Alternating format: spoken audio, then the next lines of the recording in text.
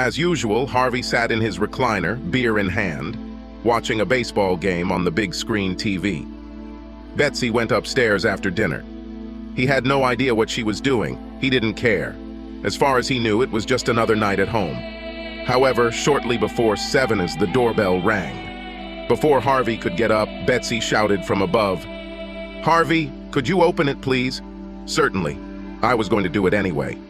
He walked to the door and opened it to see a well-dressed man who was unfamiliar to him. "Yes. Can I help you? I hope you're not selling anything." "No.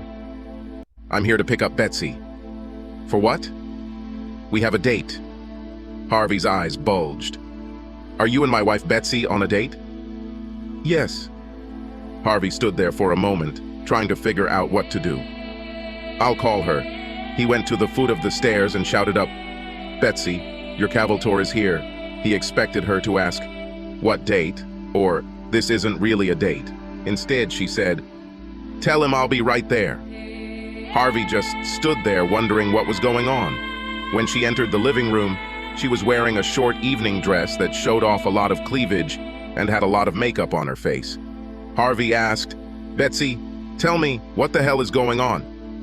"I'm going on a date." Married women do not go on dates with anyone other than their husband. "I'm going.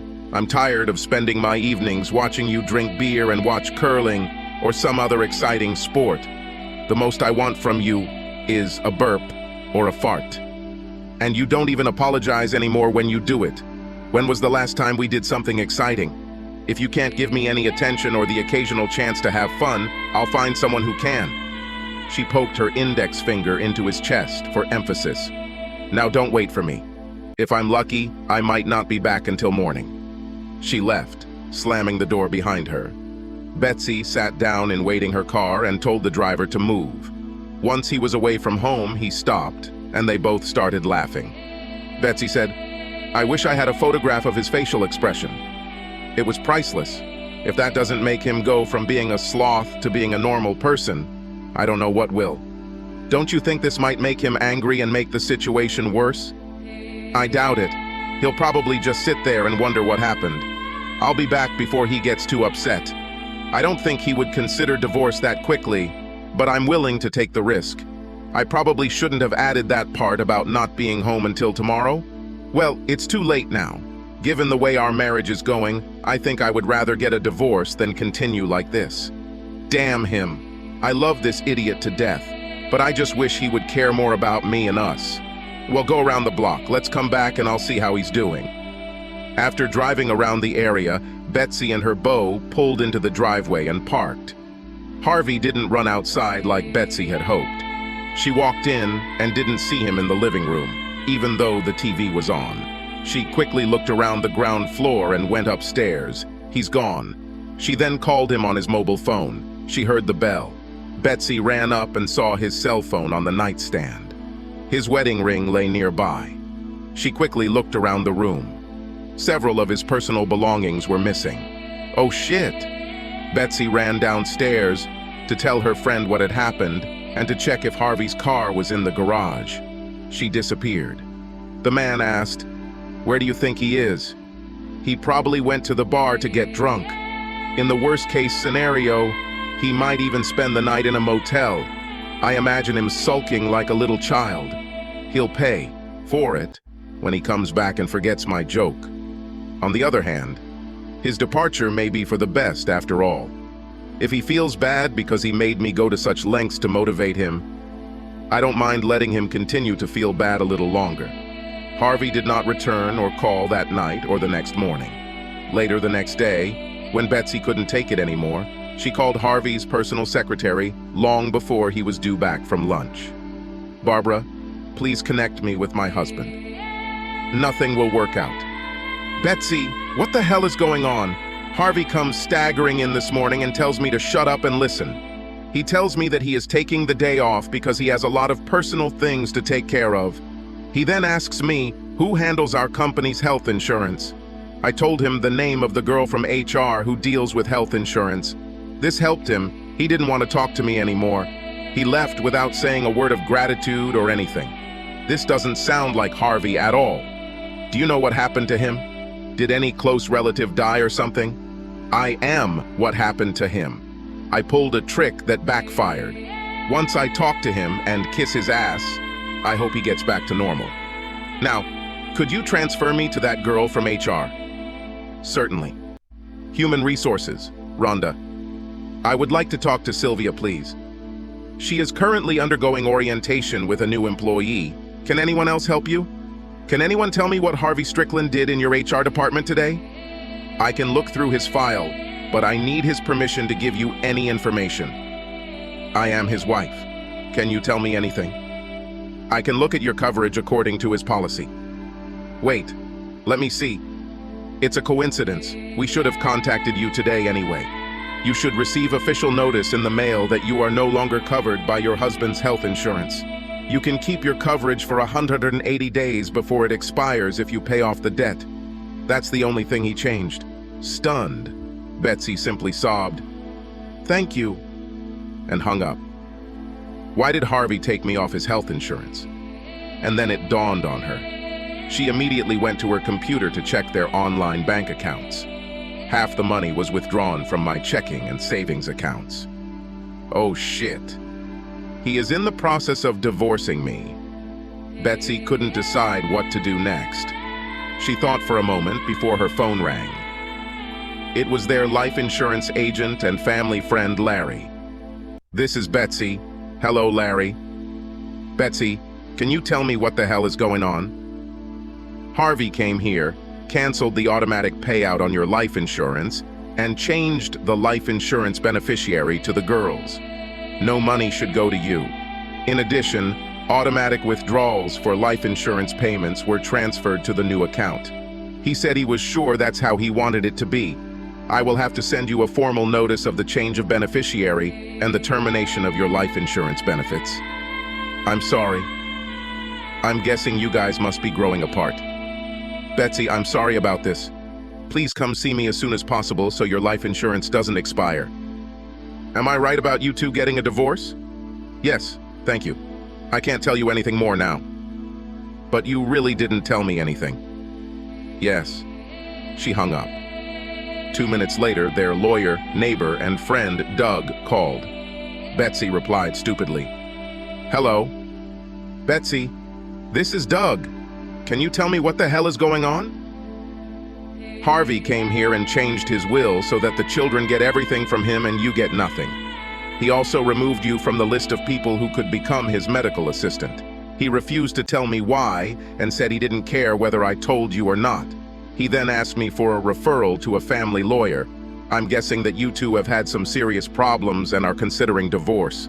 Look, I can always change things if you guys get back together. I'm really sorry this is happening. Marilyn and I think very highly of you both.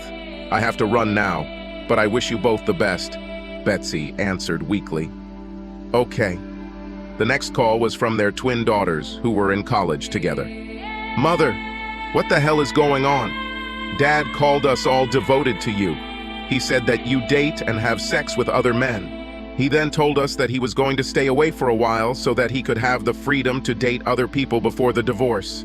He said he took care of our future college expenses. We tried to ask questions, but he ignored us. He told us to remember that he loved us and hung up. Mom, we are afraid that Dad will hurt himself. Can you tell us what happened to make him so depressed? I'm the idiot who made him depressed, and I'm trying to find him so I can apologize. The problem is that I can't find it. Maybe I can try. Hey, I got another call. Maybe it's him. Call us back. Hello, Harvey? No. This is your mother-in-law, Doris. What the hell is going on? My son called me crying like a baby. He said something about you sleeping with a group of men in some nightclub. He seemed drunk, so I wasn't sure how true his story was. All I know is that he was very depressed. Anyway, he said he was going to solve the problem by giving you your freedom. The worst part is that he thanked me and his father for raising him right. He then apologized for betraying his upbringing by letting us down. He said goodbye. I didn't like his tone. He hung up before we could ask any more questions. He didn't answer the phone when we called him back. Betsy, I'm afraid he might do something stupid. What happened between you two? I tried to get Harvey to get out of his empty nest rut and enjoy life with his wife. I decided to do something crazy to get him out of his depression. I pretended I was going on a date with another man. I wasn't home for 10 minutes. 10 lousy minutes. When I returned, he was no longer there. Today, I found out that he has done some things that look like he is going to divorce me. I'm trying to find him to stop this madness, but I can't reach him to talk to him. So, it's your fault that my son is planning to kill himself. Let me say something. If he dies, I will hold you personally responsible. Click. Betsy couldn't think clearly. She called all the local hotels and motels. Harvey was not listed as a client in any of them. Betsy called the police and tried to file a missing persons report, telling them she was afraid he was going to commit suicide. This information had no meaning. She would have to wait one more day before reporting it. Betsy took sleeping pills to help her sleep, although the thought of suicide if Harvey died crossed her mind. Luckily, she knew the code to the safe where Harvey kept his automatic pistol and ammunition. She woke up sleepy and turned on the news on TV. A local news channel broadcast a live interview from the scene of the accident. This is Lamar Jackson from TV3 News. It appears that Bender's Curve claimed another victim or victims last night. We're here with Sergeant Cantor, State Police. Sergeant Cantor, can you tell us exactly what happened? It looks like the car drove off a cliff. You can see that he has passed the strongest part of the reinforced barriers. The driver was either unlucky or he knew what he was doing. What is known at the moment? Given the lack of signs of braking, it appears that the driver may have lost consciousness, been under the influence of alcohol or drugs, or may have committed suicide. How did you even know there was an accident? The police were called by a driver driving in the opposite direction. He's here now. The camera switched to the young man. The reporter approached him. Young man, what is your name? I'm Sean Carpenter. Am I on TV? I just want to say hello to my mom. Hello, Mom. He smiled from ear to ear. Sean, tell us what you saw. Well, I was driving home when I saw this big truck heading my way. He swerved a little and then moved into my lane. I slammed on the brakes, and he suddenly swerved to the right very quickly, hit the guardrail, and went off the cliff. Can you describe the truck? Certainly. It was a red Ford F-150, probably a 19. It had a Western Kentucky Mountain Man sticker on the rear window. Did you see who was driving? No, the truck's headlights were on, and I only caught a glimpse of the man behind the wheel. He looked like a man. I don't think there were any passengers there. That's all I know.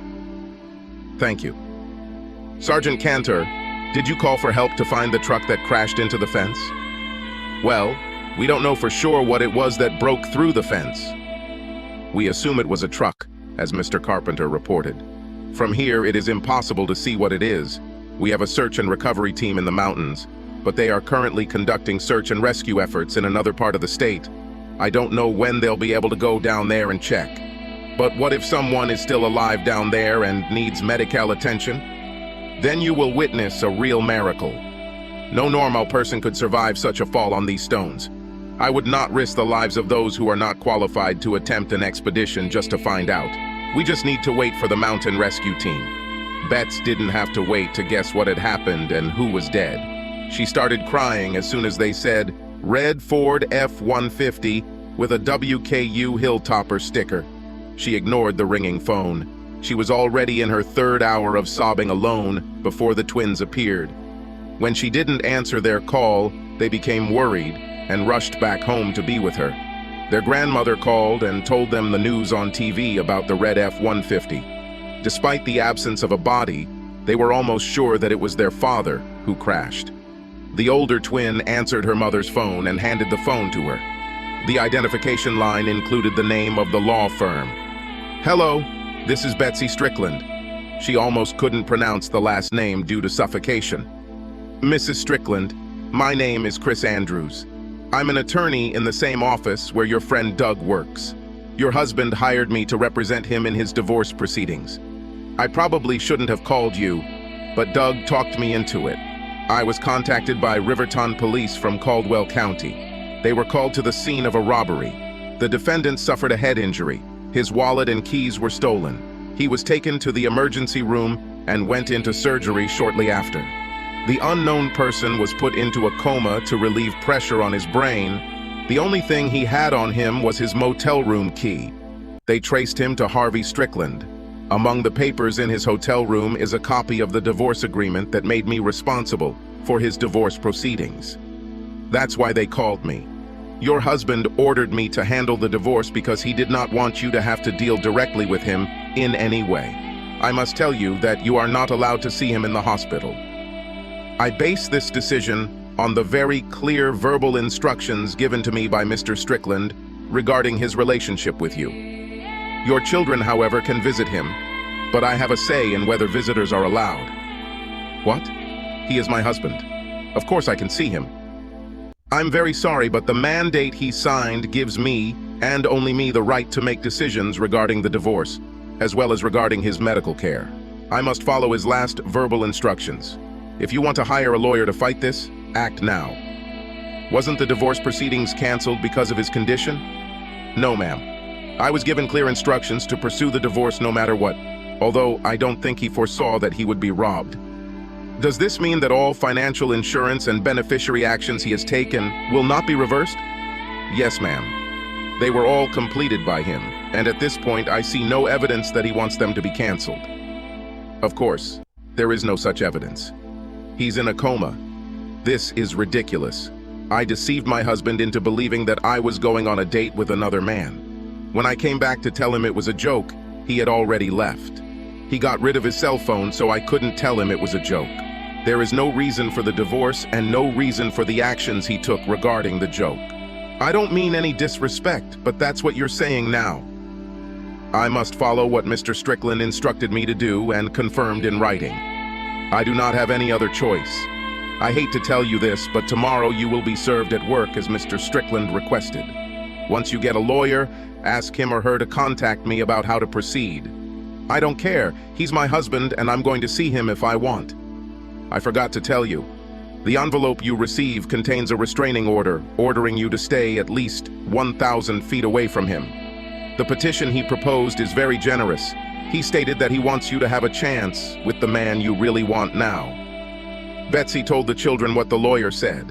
It was impossible to believe what happened. Betsy said she would go to the hospital no matter what they said. The girls agreed to accompany her. It didn't take long. The hospital did not have a copy of the restraining order, but was not allowing any visitors due to COVID restrictions for all hospital patients. They said that once he was transferred to the intensive care unit, he would be able to have visitors, but only one person for 10 minutes every 2 hours. Betsy and her daughters returned home unsatisfied. By the time Harvey was admitted to the intensive care unit, the restraining order had already been granted. One daughter could visit him, but what good would that do? He was unconscious, and if he understood anything, they were saying. They couldn't say it. A few days later, the mountain search and rescue team found the truck. It was assumed that the robber was the dead man behind the wheel. Harvey's wallet was there, but several hundred of the $6,000 were missing. This was probably due to the discovery of several bottles of rare Kentucky bourbon. One was more than half empty. As time went by, Betsy found herself in a difficult financial situation. Harvey forgot to deposit his check into the couple's joint account, which paid the mortgage and other bills. Betsy actually hired a lawyer who asked the court to give her access to half the money remaining in the account. Finally, it's time to bring Harvey out of his drug-induced coma and into consciousness. When he woke up, he said he didn't know who he was. The diagnosis was temporary amnesia. Linda, one of the twins, brought photographs and recalled memories to jog his memory. All efforts were in vain. He also did not remember the lawyer who had his power of attorney. In his condition, he was not considered sufficiently knowledgeable to allow the restraining order to be lifted. When Harvey came out of his coma, he was given a memory test to see if he had amnesia. Harvey quickly realized that this was exactly what they were doing and immediately decided to pretend. He was told that his daughters wanted to see him. Carol, the other twin, was the first to see him. He asked her who she was. "Dad, I'm one of your daughters, Carol. You were attacked and fell into a coma. We were waiting for you to wake up. We? Yes, Linda and I and Mom, your wife. I have a wife? Yes. Why isn't she here? She is not allowed to come. You two had a misunderstanding and there is a restraining order against her. Oh my God, does she really want to harm me? No, Dad. She poses no threat to you. You were really angry at her. Because of which? She pretended she was going on a date with another man. Before she came back to tell you it was a joke, you left and started divorce proceedings. Now that you're awake, you can undo all this. How do I know she didn't go on a date? She says she didn't do it. Didn't you just say that she said she was going on a date? Yes, but it was a lie. So she lied about being on a date, but then turns out to be telling the truth about not going on a date. I may not remember you and her, but I'm not a fool. I have to assume I took action to protect myself. Sorry, miss, but your 10 minutes are up. You'll have to leave right now. 2 hours later, his second daughter arrived. I talked to you before, didn't I? No, it was my twin sister, Carol. I'm Linda. Don't you recognize me? I'm sorry, but not yet. You and your sister are very attractive young women. Were we on good terms? I understand that your mother and I were separated. We are on good terms. Your mother played a prank on you, and you were attacked and suffered a head injury before she could tell you it was a joke. You started taking steps towards divorce before you even knew about it. You have to stop this, Dad. I do not know what to do. I don't know if you are my daughter or not. I don't know who my wife is, if I even have a wife. I don't think I should do anything before I get my memory back. If it does, do I have a lawyer? You have 2 of them. One for regular cases and one for divorce attorneys. You gave him permission to divorce. Maybe if I talk to him, it will help me refresh my memory. Can you contact him or her and ask him to come and visit me? Certainly. Anything that can bring back your memory. Dad, can you let Mom visit you? It kills her that she can't see you and apologize. I don't think I would feel safe around her. Maybe later. Mr. Strickland, I'm Chris Andrews, your family law attorney. Do you remember me? Is everything we talk about confidential? Undoubtedly. Fine. I don't have any amnesia. I'm trying to figure out what to do about my divorce. What I remember is that I told you to give her more so that she could move on without me. It's right. She was served and given a lawyer. Do you want to terminate the contract and end the divorce? No and no. Can you investigate her supposed lack of a date and let me know what you find? I can hire someone on your behalf if you allow me to do so. Do it. Harvey continued to pretend that he had amnesia and continued to talk to his daughters, ignoring their pleas to see their mother and stop the divorce. He was waiting for a report from his lawyer. The report arrived a few days later. According to private detectives, there is not enough evidence to prove whether she went on a date or not. The man she was with swears nothing happened, but he is married and may be afraid to tell the truth. It's up to you whether to believe her or not. I was afraid of this. Thanks for the info. I think it's time for me to get my memory back. I want you to continue with the divorce process. Carol was the only one who heard him say her name from memory.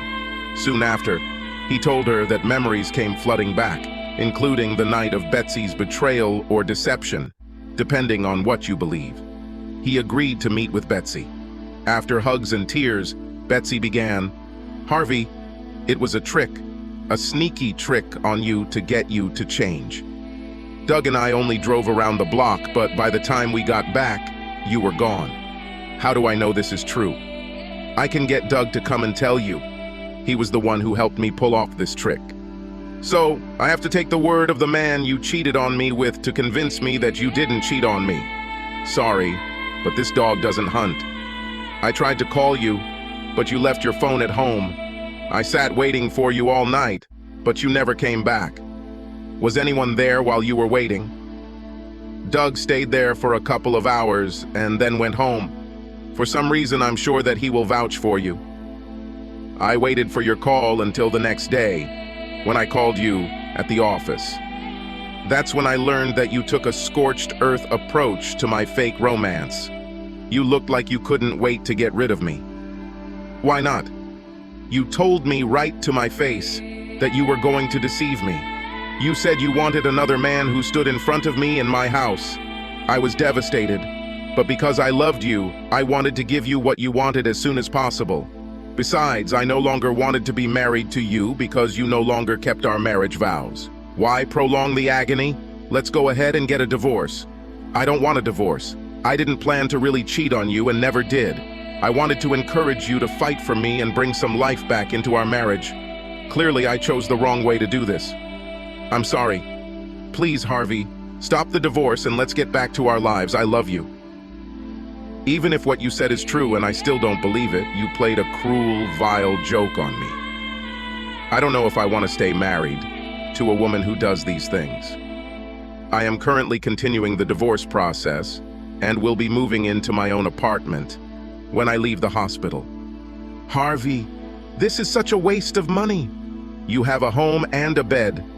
I'll move to another room in the house for a while if that's what it takes to get you back. Visiting time is over, and I want to see my daughters.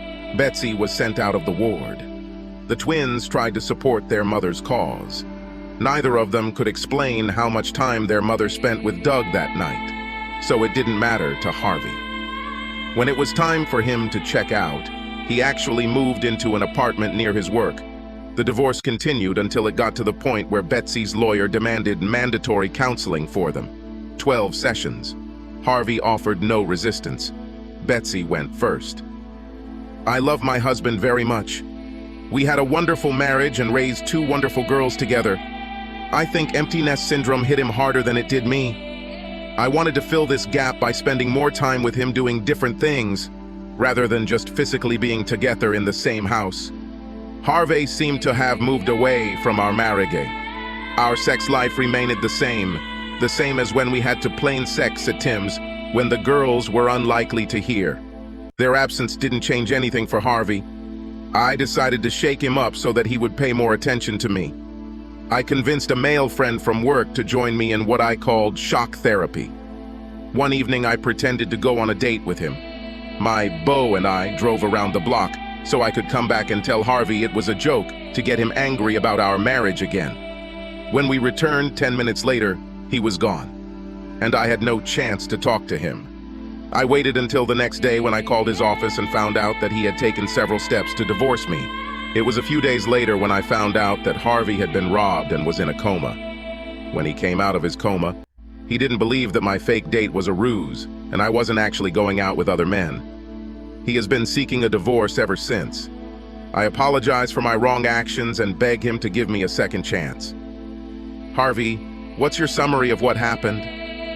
She's accurate in some of what she said, but she left out a few details. When her boyfriend showed up, she not only told me she was dating him, despite my objections, she said she hoped to spend the night having sex with him. At that moment, I knew my marriage was dead. I assumed it was my fault that our marriage failed, so I wanted to leave as soon as possible. I left my home and hers so she could have the man she wanted and I could start over too. I took steps to quickly separate us. I gave power of attorney to a lawyer because I didn't even want to think about Betsy anymore, let alone talk to her. I would give her a generous divorce and move on with my life. I didn't know that they were going to rob me, and I certainly didn't expect that I would be in a coma. When I came out of the coma, I didn't remember who I was. Sometimes I wish I had stayed in the coma and regained my memories of that night. Betsy says she didn't actually go on the date, but doesn't provide any evidence.